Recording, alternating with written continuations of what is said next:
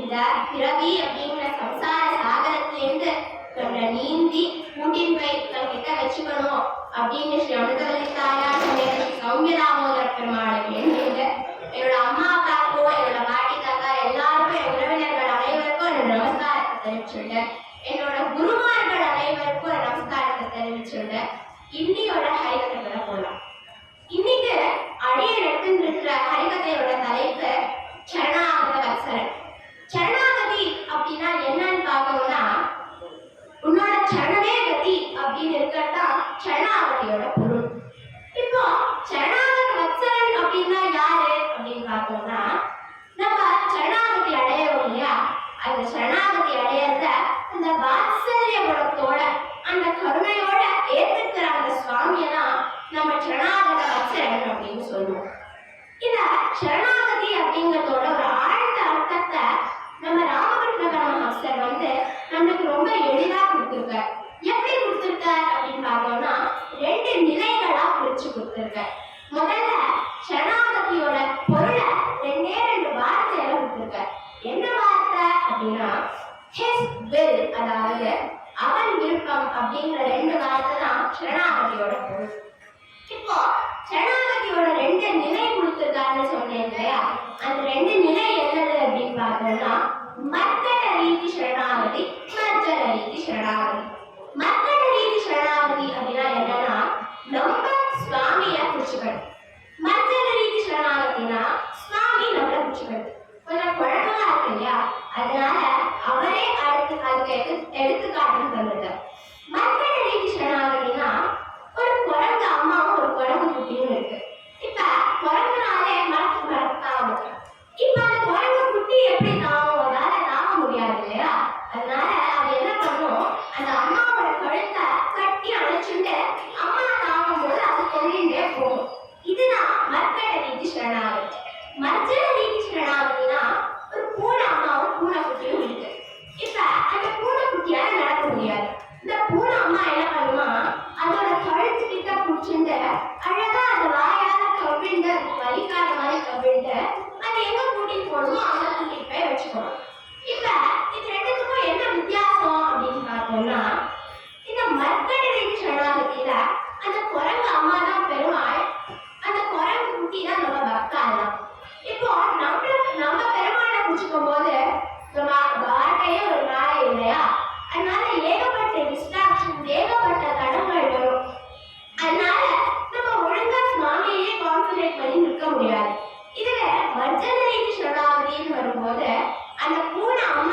சுவாமி பூனைக்குட்டி நாம.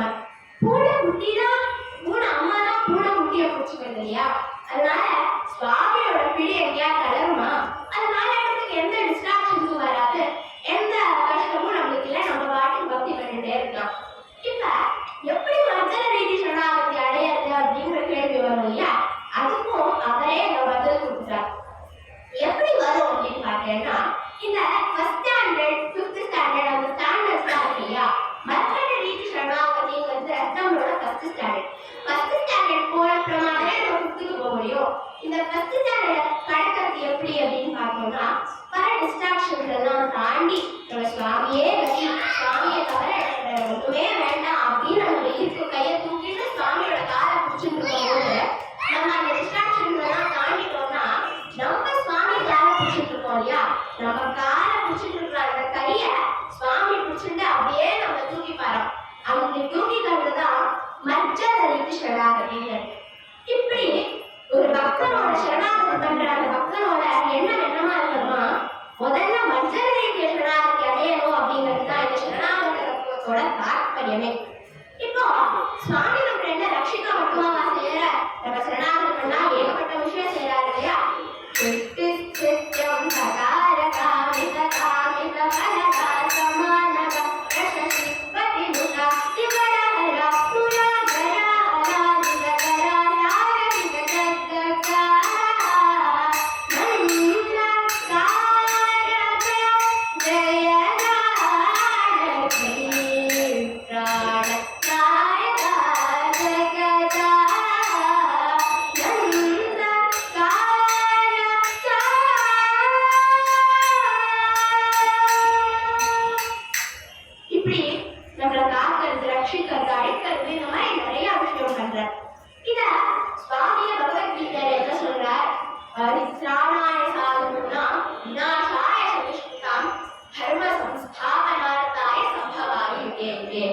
என்ன சொல்றான்னு பார்த்தோம்னா, எப்பெல்லாம் தர்மத்துக்கு ஆபத்து வருதோ, எப்பெல்லாம் அதர்மம் தலைவிரிச்சு ஆடுறதோ, அப்பெல்லாம் அந்தந்த யுகத்துலதான் சம்பவமாக யுகே அந்தந்த யுகத்துலதான் நான் அவதரிச்சு தர்மத்தை ஸ்தாபனை பண்ணுவேன் அப்படின்னு சொல்றாங்க. இப்போ நிறைய யுகங்கள்ல நிறைய பேர் சரணாகதி இருக்கா. ஆனா இன்னைக்கு நம்ம 3 யுகம் எடுத்துட்டு இருக்கோம். அந்த 3 யுகத்துல முக்கியமா சரணாகதி 3 பேரை பத்தி இன்னைக்கு நம்ம பார்க்கலாம். முதல்ல சத்தியயுகத்திலிருந்து ஆரம்பிக்கலாம். சத்தியயுகம் அப்படின்னாலே நரசிம்ம பெருமாள் தான் நம்ம எல்லாருக்கும் ஞாபகம் வருவா. நரசிம்மர் அப்படின்னாலே நம்மளுக்கு உடனே ஞாபகம் வர இன்னொரு கேரக்டர் வந்து பிரகலாதர். இன்னைக்கு பிரகலாத சரித்திரத்தை பத்தி பார்க்கலாம். நம்ம எல்லாருக்கும் பிரகலாதரோட கதை தெரியும் இல்லையா? பிரகலாதர் அப்படிங்கிறவர் ஹிரண்யகசிபுக்கும் காயலுக்கும் பிறந்த குழந்தை இல்லையா? ஹிரண்யகசிபு ஒரு அசுரன். அவர் என்ன பண்ணுவார் அப்படின்னு பார்த்தோம்னா, எப்ப பார்த்தாலும் எல்லா அசுரங்கள் மாதிரியும் அவளும் தவம் பண்ணிட்டு கடைசியில வரத்தெல்லாம் வாங்கிட்டு அட்டகாசம் பண்ண ஆரம்பிச்சுவா. இதுதான் எல்லா அசுரங்களோட வேலையாகவும் இருக்குது. இந்த தடவை முன்னாடியே ஹிரண்யகசிபு ஏகப்பட்ட தவம்லாம் பண்ணி ஏகப்பட்ட வரத்தை வாங்கி ஆல்ரெடி நிறைய அட்டகாசம் பண்ணிட்டு இருந்தார். அதோட சேர்த்து காயகம் கருவுற்றிருக்கும் போது பிரம்மதேவர்கிட்ட போய் திருப்பி தவம் பண்ணணும் அப்படின்னு போறார். இவர் முன்னாடியே பண்ண அட்டகாசத்தெல்லாம் தாங்க முடியாது. இந்திரதேவர் என்ன பண்றார்? அவர் போன சமயமா பார்த்து காயகுருவா அபகரிச்சுட்டு வந்துடுறார். அபகரிச்சுட்டு வந்து அவரோட இடத்துல வச்சுக்கிறார். இதை பார்த்து நாரதர் என்ன பண்றார்? என்ன தர்மம் இருக்கிறாரு, நீயே இப்படி பண்ணா மற்றவாள்லாம் எப்படி நம்ம தர்மத்தை ஃபாலோ பண்ணுவா அப்படின்னு சொல்லி தன்னோட ஆசிரமத்திலிருந்து கூட்டிட்டு வந்து நாரதரோட ஆசிரமத்தை வச்சுக்கிறார். வச்சுக்கும் போது நாரதனாலே நம்மளுக்கு எல்லாம் என்ன ஞாபகம் வரும்? நாராயணன் இல்லையா? அதே போல நாரதர் விஷ்ணுவோட சரித்திரத்தை எல்லாத்தையும் சொல்லிட்டு பிரகலாதனும் கருவில இருந்துட்டே அதை கேட்டுட்டே வளர்ந்தார். எப்படி துவாபர யுகத்துல அபிமன்யு சுபத்ராவோட கருவில இருக்கும் போது சக்கரம் யுகத்துல எப்படி உள்ள போறதுன்னு அர்ஜுனன் சொல்ல கத்துட்டாரோ, அதே மாதிரி எனக்கு முன்னாடியே பிரகலாதனும் இதை கத்துக்கிறார். இப்படி கேட்டு கேட்டு கேட்டு வளர்ந்துட்டு கருவில இருக்க. இதே சமயம் ஹிரண்யகசிபு இருக்கிற இடத்துல என்ன ஆகுது அப்படின்னு பார்த்தோம்னா, இவர் தவம் பண்ணி பிரம்மதேவரை ரொம்ப சந்தோஷப்படுத்திடுறார். பிரம்மதேவர் வர காட்சி அளிக்கிறார். இந்த ஹிரண்யகசிபுங்கிறது ரொம்ப இன்டெலிஜென்ட். எல்லா அசுராலும் என்ன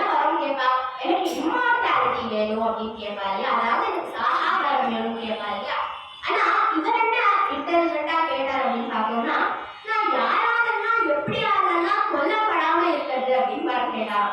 எப்படின்னு பார்த்தேன்னா, கருவிலிருந்து வந்த எதாலையும் கொல்லப்படக்கூடாது, மனுஷனாலையும் கொல்லப்படக்கூடாது, மனுஷனாலையும் கொல்லப்படக்கூடாது, உள்ளேயும் கொல்லப்படக்கூடாது, வெளியிலேயும் கொல்லப்படக்கூடாது, ராத்திரியிலையும் கூடாது, காத்தாலையும் கூடாது, நீர்நிலம் ஆகாயம் நெருப்பு எதாலையும் கொல்லப்படக்கூடாது. கடைசியா மனிதனால் உருவாக்கப்பட்ட எந்த விதமான ஆயுதத்தினாலும் கொல்லப்படக்கூடாது. உடனே பிரம்மதேவரும் ததாஸ்து அப்படின்னு சொல்ல ஹிரண்யகசிபுவுக்கு இந்த வரம் வந்து சேர்றது. வரம் வந்த உடனே அங்க பிரகலாதன் அதுக்குள்ள பிறந்துட்டார். நாரதரோட ஆசிரமத்திலேயே ஹிரண்யகசிபுவும் நாரதரோட ஆசிரமத்துக்கு வந்து காயத்ரியை கூட்டிட்டு போறார். கூட்டிட்டு போறதுக்கு முன்னாடி நாரதர்கிட்ட நன்றி சொல்லிட்டு காயத்ரியோட அவரோட நாட்டுக்கு கூட்டிட்டு போறார். கூட்டிட்டு போய் பிரகலாதனும் வளர குருகுல வாசத்துக்கு நேரம் வந்துடுறது. அதனால ஹிரண்யகசிபு பிரகலாதன குருகுல வாசத்துக்கு அனுப்புறார். குருகுலத்தோட முதல் நாளையே என்ன ஆகுது, குரு குளிக்க போகும்போது எல்லா குழந்தைகிட்டையும் ஹிரண்யகசிபுவை நம்ம சொல்லுவோம் அப்படின்னு சொல்லிட்டு போறார். இவன் எல்லாரும் சொல்ல ஆரம்பிச்சுட்டா. பிரகலாதனுக்கு என்ன பண்றதே தெரியல. எனக்கு எல்லாரும் ஹிரண்யகசிபுவை நம்ம சொல்றார். ஹிரண்யகசிபு என் அப்பாவோட பேராச்சு, நாராயணன் தானே சுவாமி அப்படின்னு யோசிக்கும் போது பக்கத்துல அந்த ஒரு ஃப்ரெண்ட கேட்கிறாராம். உடனே சொல்றான், நாராயணனா அடியாரு, எங்களுக்கு அப்படி ஒருத்தர் இருக்கிறதே தெரியாது, இந்த ஹிரண்யகசிபு தான் சுவாமி, அப்படிதான் எங்களுக்கு எல்லாரும் சொல்லி கொடுத்தா அப்படின்னு பிரகலாதனுக்கு ஒண்ணுமே புரியல. இவர் என்ன பண்றாரு, உடனே இல்ல எல்லா சுவாமிகிட்டையும் அவர் குருவா மாதிரி எல்லா குழந்தைகிட்டையும் இல்ல தப்பா சொல்லி கொடுத்தா ஹிரண்யகசிபு என்னோட அப்பா, அவர் வந்து அரசர் அவ்வளவுதானே தவிர இங்க நாராயணன் தான் இந்த உலகத்துல இருக்கிற எல்லாருக்கும் ரொம்ப முக்கியமானவர், அவர் இல்லைன்னா இந்த உலகத்துல ஒண்ணுமே இல்லை அப்படின்னு சொல்லி எல்லாரையும் ஓம் நமோ நாராயணாய நமஹ அப்படிங்கிற திருமந்திரத்தை எல்லாருக்கும் சொல்லித்தரார். உடனே குரு குளிச்சுட்டு வரதுக்குள்ள எல்லாரும் இங்க இதை ஸ்டார்ட் பண்ண ஆரம்பிச்சுன்னா குருக்கு ஒண்ணுமே புரியல. என்னடா இது, எல்லாம் இதை ஸ்டார்ட் பண்ணிருக்கா, நம்ம இதை சொல்லியே கொடுக்கலையே அப்படின்னு யார் சொல்லி கொடுத்தான்னு கேட்கும்போது எல்லாரும் பிரகலாதனை கை காமிக்கிறான். உடனே குரு என்ன பண்றாரு, இப்பயே எல்லாம் சரி வராது, நம்ம கஷ்டப்பட்டு சொல்லி கொடுத்ததுதான் இப்படி போயிடுச்சுன்னா இறைவனுக்கு நம்மளதானே தூக்கி ஜெயில போடுவார் அப்படின்னு சொல்லிட்டு பிரகலாதனை கொண்டு போய் என்னோட அப்பா கிட்டே விட்டுடுறாரு. விட்டுட்டு எப்படி சொல்றாரு, புத்தி சொல்லி நீங்களே அனுப்புங்கோ, அவன் எங்க எல்லாரோட குழந்தையும் எடுத்துருவார் போல இருக்கு அப்படின்னு சொன்னோடனே சரி நான் பார்க்கிறேன் அப்படின்னு சொல்லிட்டு போயிடுறேன். போன அப்புறமா ஹிரண்யகசிபு பொறுமையா பிரகலாதனுக்கு சொல்ற, நாராயணன் தான் யாரும் கிடையாதுப்பா, நான் தான் இங்க எல்லாம் அப்படின்னு சொல்ல பிரகலாதன் கேட்க, என்னப்பா சொல்றேன், நீங்க எல்லாரும் அங்கேயே இப்படிதான் சொன்னான், ஆனா நாராயணன் தான் நிஜமாவே சுவாமி, நம்ம எல்லாம் மனுஷாப்பா அப்படின்னு பத்தி சொல்றாரு அப்பாக்கே. அதே மாதிரி சொல்ல இவரும் அப்லோட் பண்ணிட்டே இருக்கார். ஒரு நேரத்துல வந்து ஹிரண்யகசிபுக்கு கோவம் வந்துருக்கு. கோவம் வந்து இப்ப நீ நிறுத்த போறியா இல்லையா அப்படின்னு கேட்கும்போது, இல்லப்பா நான் உண்மையா தான் சொல்றேன் அப்படின்னு அப்பா மறுச்சு பேசிட்டே இருக்கார். உடனே ஹிரண்யகசிபு சொல்றேன், இப்ப நீ நாராயணன் சொல்றத நிறுத்தறியா குடிக்கிறியா அப்படின்னு, நான் விஷத்தையே முடிக்கிறேன், நாராயணன் சொல்றதை நான் நிறுத்த முடியாது அப்படின்னு இவர் வந்து கொஞ்சம் கூட கருணையே இல்லாம குழந்தைக்கு விஷத்தை ஊற்றி குடிக்கிறார் வாயில. விஷம் குடிச்ச அடுத்த நிமிஷம் குழந்தையோட பாடி எல்லாமே ப்ளூ கலர்ல மாறிடுது. அது விஷத்தோட வாய்ப்பு இல்லையா. இவர் என்ன பண்றாரு, அதெல்லாம் எதுவுமே பெருசா எடுத்துக்கிறார். பிரகலாதன் என்ன சொல்றார், ஓம் நமோ நாராயணாய நமஹ அப்படின்னு அந்த ஒரு மந்திரத்தை சொன்ன உடனே மொத்த உடம்பும் திருப்பி எப்படி இருந்ததோ அப்படியே மாறிடுறது. ஹிரண்யகசிபுக்கு ஒண்ணுமே புரியல, என்ன விஷம் மாத்தாதையா, ஏன் இப்படி ஆயிடுதுன்னு புரியல.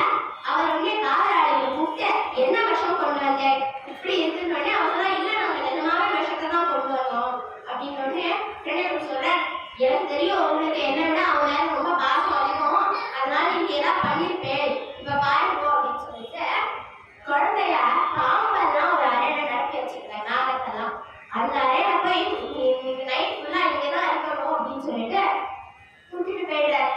கதவை தாண்டிட்டு பிரகலாதன் உள்ள விட்டு போயிடுற.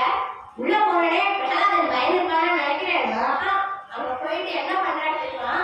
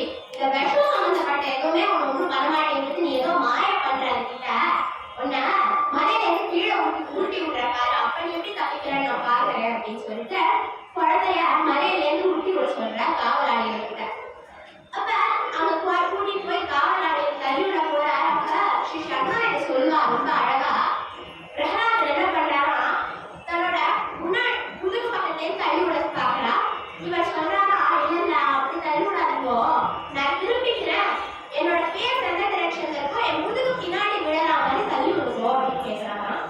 உடனே அந்த காவலாளி கேட்டாரா, ஏன் ஏன் அப்படி விழணும் அப்படின்னு. என்னோட இதயத்துல நாராயணன் இருக்கார், நான் விழமாட்டேன், அது எனக்கு தெரியும்.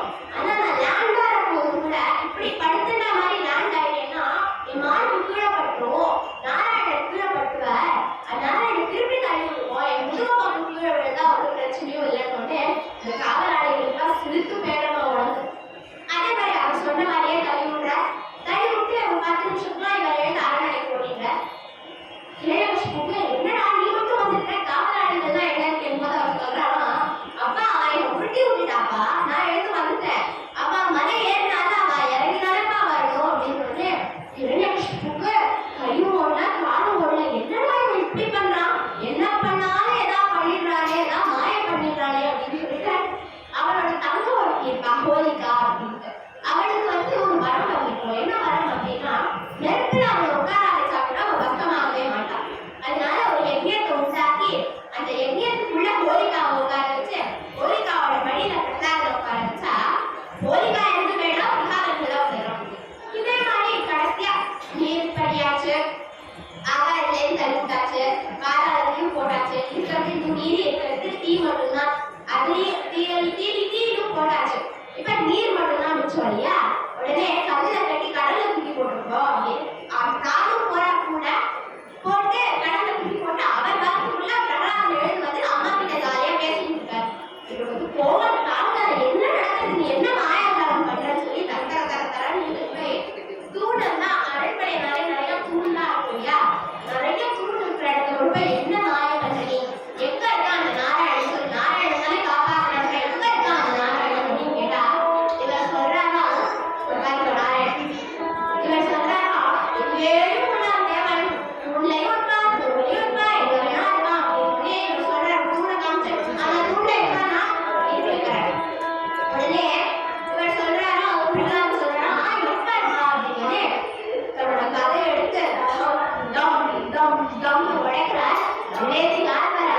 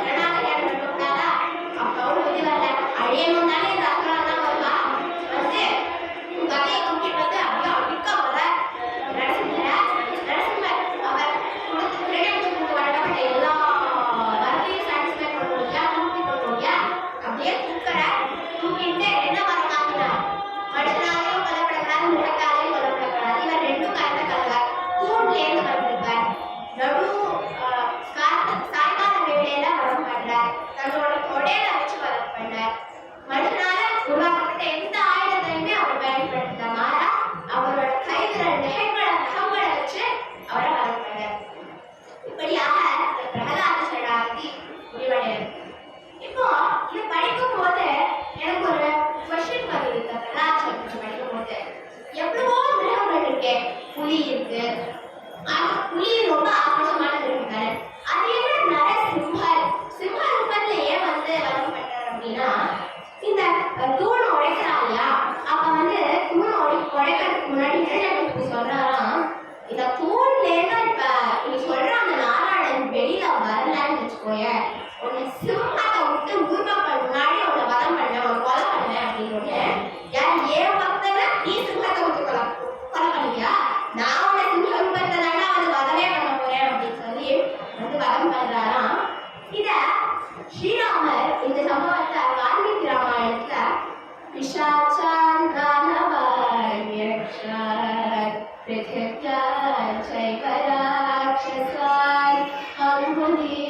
சக்ரேணதான் அஞ்ஞானச்சான் ஹரிகடாயேஸ்வரா அப்படின்னு சுக்ரீவா இந்த ஆயுதங்கள் எல்லாம் பயன்படுத்தாம இந்த ஈட்டி வில்லு அம்பு கதை இதெல்லாம் பயன்படுத்தாம இந்த ராட்சசாலெல்லாம் என்னோட நகத்தாலேயே பலம் பண்ணணும் அப்படின்னு வால்மீகி ராமாயணத்தை ஸ்ரீராமர் சொல்றாங்க. இப்படியாக பிரகலாத சரணாகதி முடியும். அடுத்தது சத்தியயுகத்திலிருந்து திரேதாயுகத்துக்கு வரலாம். திரேதாயுகம்னாலே நமக்கு யார் ஞாபகம் வருவா? ராமபத்ரராயா ராமச்சந்திராயா ராமரசலோச்சன சீதா சமேதராயா ராமபத்ரராயா ராமச்சந்திராயா ராமரசலோச்சன சீதா சமேதராயா முத்து முத்துகாயா மோகனாங்கராயா முத்து முத்துகாயா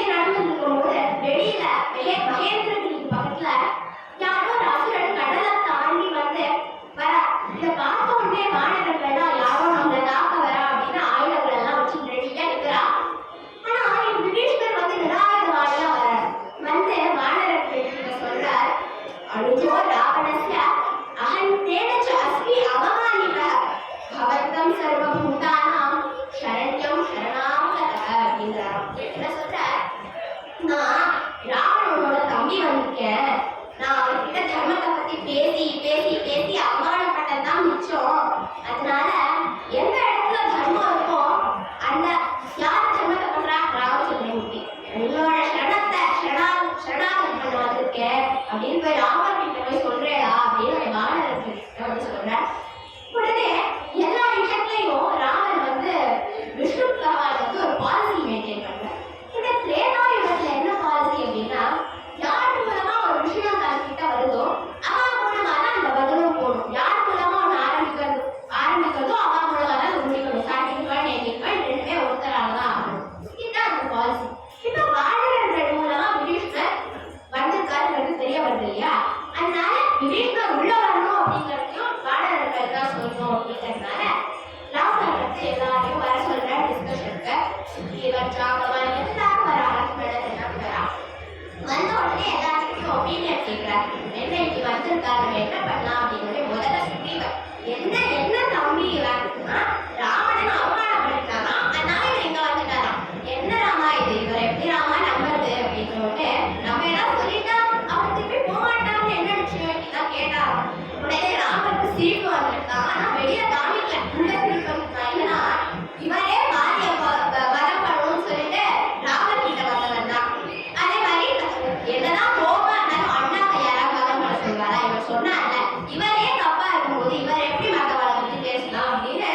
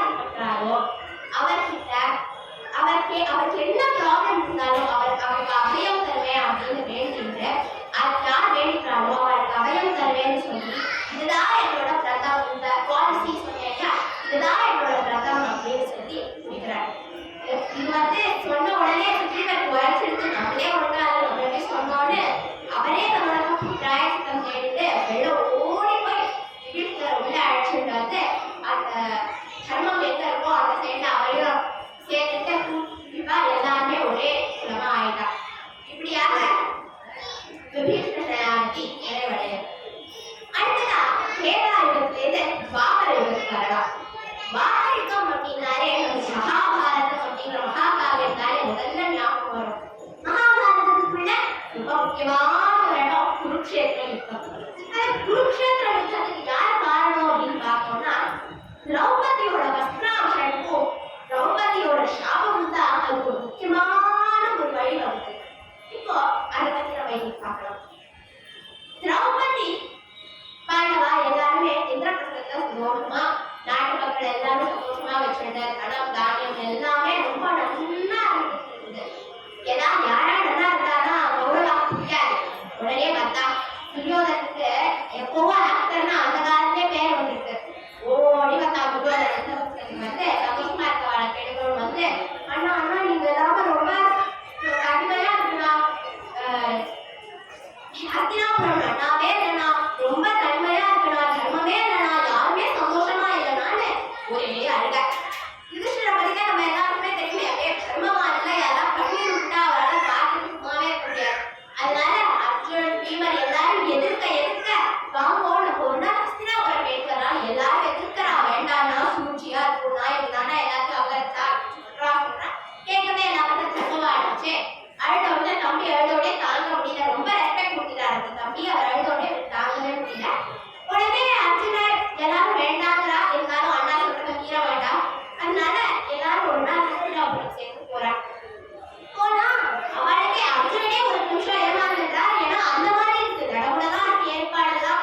எல்லாரும் மரியாதை பண்றது என்ன, பாத பூஜை பண்றது என்ன, அண்ணா அண்ணா அண்ணா அண்ணான்னு வந்து கூப்பிடுறது என்ன, இவளுக்கெல்லாம் ஒண்ணுமே புரியல. என்னமா இப்படி மாறிட்டா, ஒருவேளை நிஜமாவே புரிஞ்சு போல அருமை அப்படின்னு நினைக்கும் போது போத்தனம்லாம் சாப்பிடுறா, ஏதாவது ஒன்றா சாப்பிடுறா, ஊட்டியெல்லாம் விட்டுக்கிறா கௌரவா பாண்டவாளுக்கு.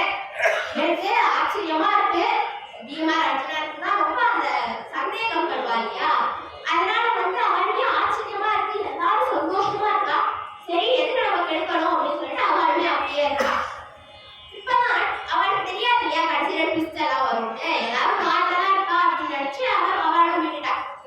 கடைசியில எல்லாரும் போயிடும் ஆனதுக்கு அப்புறமா துரியோதனும் கபூரியும் வந்து வாங்கோட தாயம் விளையாடலாம், இப்பதான் சாப்பிட்டு முடிச்சோம், போர் அடிக்குமே, எங்க நானும் இருந்துட்டு போறாமே, வாங்க சும்மா தாயம் தானே சூது விளையாடலாம், வாங்க சும்மா விளையாடுறாரு அப்படின்னு யுதிஷ்டரும் சரி ஓகே விளையாட்டு தானே, சாதா விளையாட்டு அதுல என்ன இருக்கு அப்படின்னு சொல்லிட்டு அவரும் விளையாட ஒத்துக்கிறார்.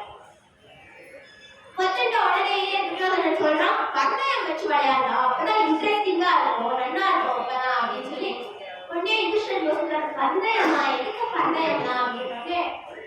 இல்ல இல்ல சாதா தங்கம் வெள்ளி வைரம் வைடூரியம் உங்ககிட்ட இல்லாததானா அப்படின்னு சொல்ல இவருக்கு சந்தோஷமாயிட்டு, நம்ம கிட்ட நிறைய இருக்கு, அவர் பெருமையா பேசுறாப்பா அப்படின்னு சொல்லி சரி ஓகே தங்கம் வைரம் தானே, நம்ம என்ன ஆட்களையா வைக்க போறோம், சாதா பொருட்கள் தானே வைக்கிறேன் அப்படின்னு சொல்லி விளையாட ஆரம்பிச்சா. பந்தயம் வைக்க வைக்க முதல் 2 ரவுண்ட் யுதிஷ்டர் வின் பண்ணிட்டார். அவர் வின் பண்ணிட்டு சந்தோஷமா இருக்கார். அந்த சைடு துரியோதனும் அப்படியே என்கரேஜ் பண்றாரு, சூப்பர் நான் எப்படின்னா நீங்க இவ்வளவு நல்லா ஆடுறேன் அப்படின்னு சொன்னேன். இவருக்கு இன்னும் சந்தோஷமாயிடுது. அடுத்த தடவை இன்னும் கொஞ்சம் அதிகமா பந்தயம் வைக்கிறார். 3rd ரவுண்ட்ல இருந்து ஆட்டம் ஆரம்பிக்கும், சகுனியோட ஆட்டம். தோத்துட்டே வர யுதிஷ்டர் தோக்குறாருமா ஓவர் கான்பிடன்ஸ் கம்மியா இருக்கு. அப்புறம் ஒரு கட்டத்துல இந்திரபிரஸ்தம் வரைக்கும் தோற்று போயிட்டார். அதுக்கப்புறம் அவர்கிட்ட ஒண்ணுமே இல்லை, இந்திரபிரஸ்தம் தாண்டி எல்லா நிலத்தையும் எல்லாத்தையும் வச்சாச்சு, இதுக்கு மேல ஒண்ணுமே இல்லை அப்படிங்கும் போது துரியோதனன் சொல்றான், அண்ணா உனக்குன்னா 5 தம்பி இருக்காரு, நானும் என் தம்பி ஒருத்தனை வைக்கிறேன், நீங்களும் உங்க தம்பி ஒருத்தனை வைங்க, நம்ம தம்பிகள் தானே பாத்துக்கலாம், நம்ம ஒன்னும் ஆகாது அப்படின்னு ஃபர்ஸ்ட் யுதிஷ்டர் யோசிக்கிறார். ஆனா அதுக்கப்புறமா சகாதேவன் சொல்றேன், இல்ல நமக்கு என்ன வைப்போம், இவா 3 பேர் என்ன காப்பாத்திடுவா, நீங்க விட்டாலும் இவா என்ன காப்பாத்திடுவா, அதனால நீங்க என்ன வைப்போம் சகாதேவன் சொல்ற. உடனே சரி அப்படின்னு சொல்லி யுதிஷ்டரும் சகாதேவனை பந்தயத்தை வைக்கிறார், தோத்து போயிடுறார். அடுத்ததான் நகுலனை வைக்கிறார், தோத்து போறார். அர்ஜுனனை வைக்கிறார், தோத்து போறார். பீமரை வைக்கிறார், தோத்து போறார். எல்லாரும் வச்சு தோத்து போயாச்சு. இருக்கிறது நான் ஒருத்தர் நான் வைக்கலாம் அப்படின்னு போகும்போது துரியோதனன் சொல்ற, நான் என் மனைவி இருக்கிறேன், நீங்க திரௌபதியை வைக்கும் அப்படின்னு. உடனே அர்ஜுனனுக்கும் திரௌபதி மேல அர்ஜுனன் தானே எதிர்பார்த்தாரு ஸ்வயம்பரத்தை.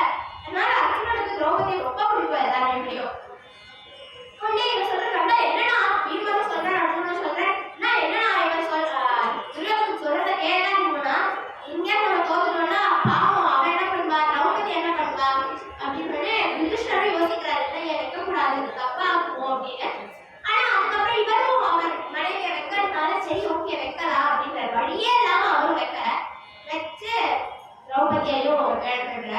இவன் எல்லாம் இழக்கிற எல்லாரும் இவனுக்கு வந்து அடிமை. அதனால நான் இப்ப சமூக சொல்றேன், நீங்க மட்டும்தான் இருக்கேன், உங்களே வச்சிருக்கோம் அப்படின்னு.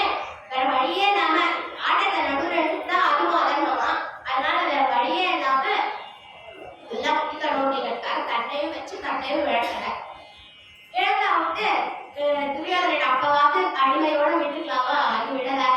அவர் என்ன பண்ற, அன்னைக்கு ஸ்வயம்பரத்துல என்ன மாதிரி என்ன அகங்காரத்தோட என்ன ஆடவும் அந்த திரௌபதிக்கு அவளை இப்ப அவமானப்படுத்தலாம் அப்படின்னு துச்சாதனா போய் திரௌபதியை கூட்டிட்டு வா, பாஞ்சாலியை கூட்டிட்டு வா, வந்து அவமானப்படுத்தலாம் அப்படின்னு. இவளுக்குலாம் என்ன என்ன திடீர்னு இப்படி மாறுறாளே, இவ்வளோ நேரம் நன்னாதானே இருந்தா, இதான் சொன்னேன் இல்லையா, இவ்வளோ நேரம் நன்னாதானே இருந்தா அப்படின்னு உடனே அர்ஜுனன் ஜீவன் கிருஷ்ணனுக்குலாம் ஒண்ணுமே புரியல. ஆனா அதுக்குள்ள துச்சாதனன் போய் அங்க திரௌபதி பாவம் அவளுக்கு ஒண்ணுமே தெரியாது. அந்த காலத்துல தான் அவ்வளோ பெண்களை இந்த அரண்மனைக்குள்ள சபைக்குள்ள எல்லாம் விட மாட்டான். அதுவும் சூரியன் இருக்கிற இடத்துல விடவே மாட்டா. அவ பாட்டுக்கு அவ அறையில உட்கார்ந்துட்டு இருக்கா. அங்கேயே அவன் முடிய புடிச்ச அப்படியே தரத்தரன்னு படியெல்லாம் இழுத்துன்னு வந்து அவளுக்கு அடிப்பட்டதை கூட கவனிக்காம இழுத்துட்டு வந்து நடு சபையில தூக்கி வீசுற துச்சாதனன். திரௌபதிக்கு ஒண்ணுமே புரியல, கத்தரா கதறா. என்னடி அவளுக்கு என்ன விஷயம்னு, எதுக்கு கூட்டிட்டு வரா, எதுக்கு அடிக்கிறா, எதுக்கு இழுத்துட்டு வரா, எதுவுமே அவளுக்கு தெரியாது இல்லையா. அழகா என்ன யுதிஷ்டர் அர்ஜுனன் எல்லாருமே கதறா, என்ன ஆச்சு என்ன ஆச்சுன்னா எல்லாரும் அப்படியே வாயில குப்பை போட்ட மாதிரி வாயை குட்டிட்டே இருக்கா. பீஷ்மர் கிட்ட கதறா, துரோணர் கிட்ட கதறா, யாருமே வாயை திறக்கவே இல்லையே. உங்களுக்கு ஒண்ணுமே புரியல. அதுக்குள்ள துரியோதனன் என்ன பண்றான், நீ எல்லாம் என்ன பத்னி, எப்படி ஒரு பத்னிக்கு அஞ்சு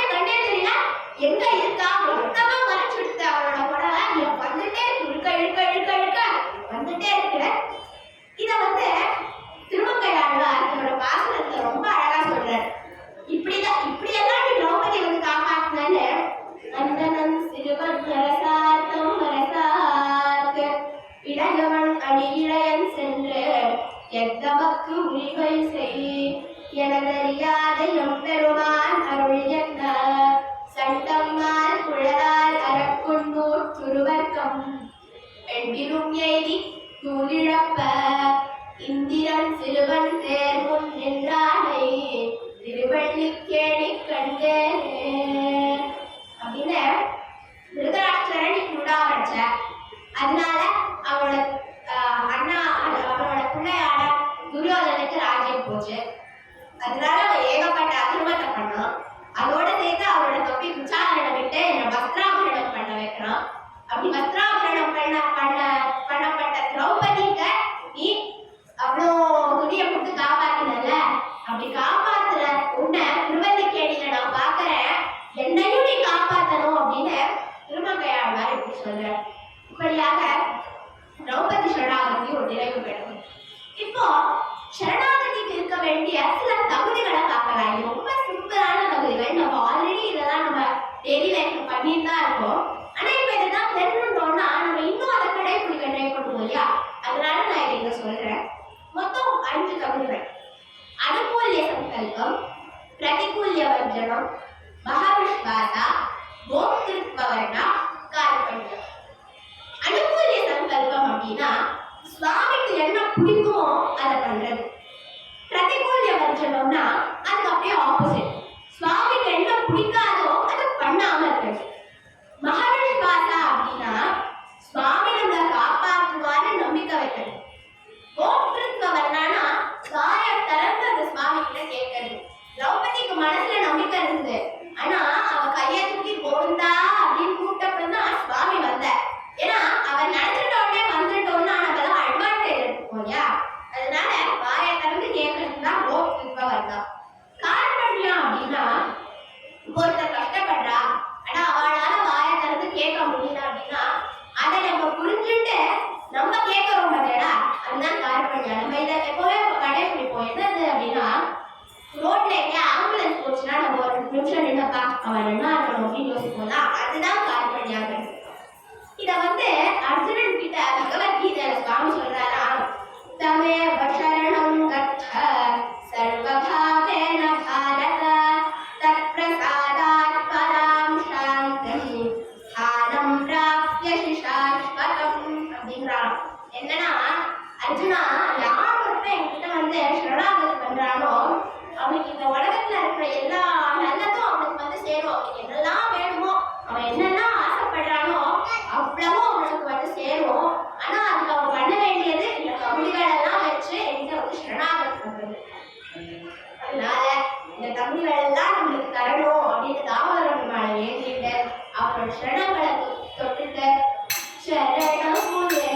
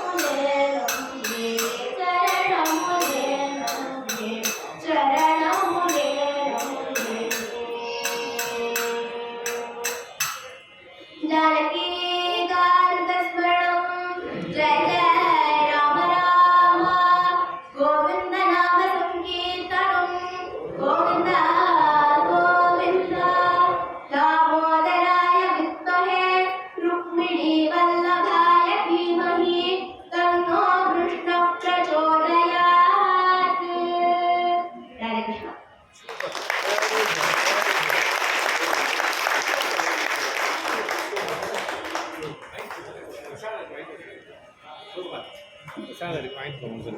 நீங்களே சொல்லுவாங்க.